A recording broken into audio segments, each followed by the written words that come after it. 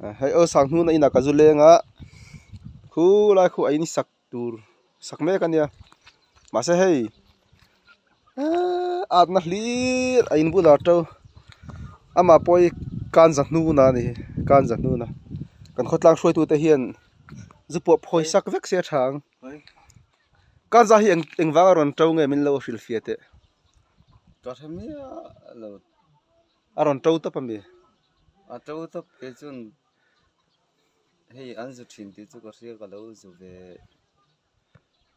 thina ma se an na ti ko ria ka hei na re le izungai to lo me thathum nge thali ve chu kan hei le to izu ve zo tina ni mo ni chon zo lo in tlon hi ang vel chu ka zu ve ani jong khu in sak me khu ti khon e sata ni so loi lam khong po so kan ikit do na mi tu re so so cha angin kan hal lenga chuan tak du so thing pulal du ma ini mo ka ai pulal du oma kan fin fi na tur ani mo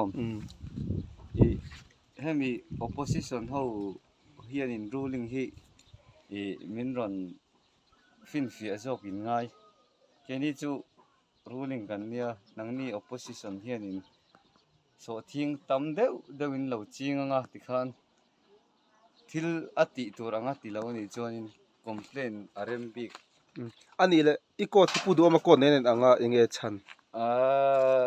hei chu ingai san wanga me kabial nu du takina min than sak alo ma ve tlata in kom na hun thatak min pe kan lo me o ole nangni pok mal somin omjel ru ale kan lo me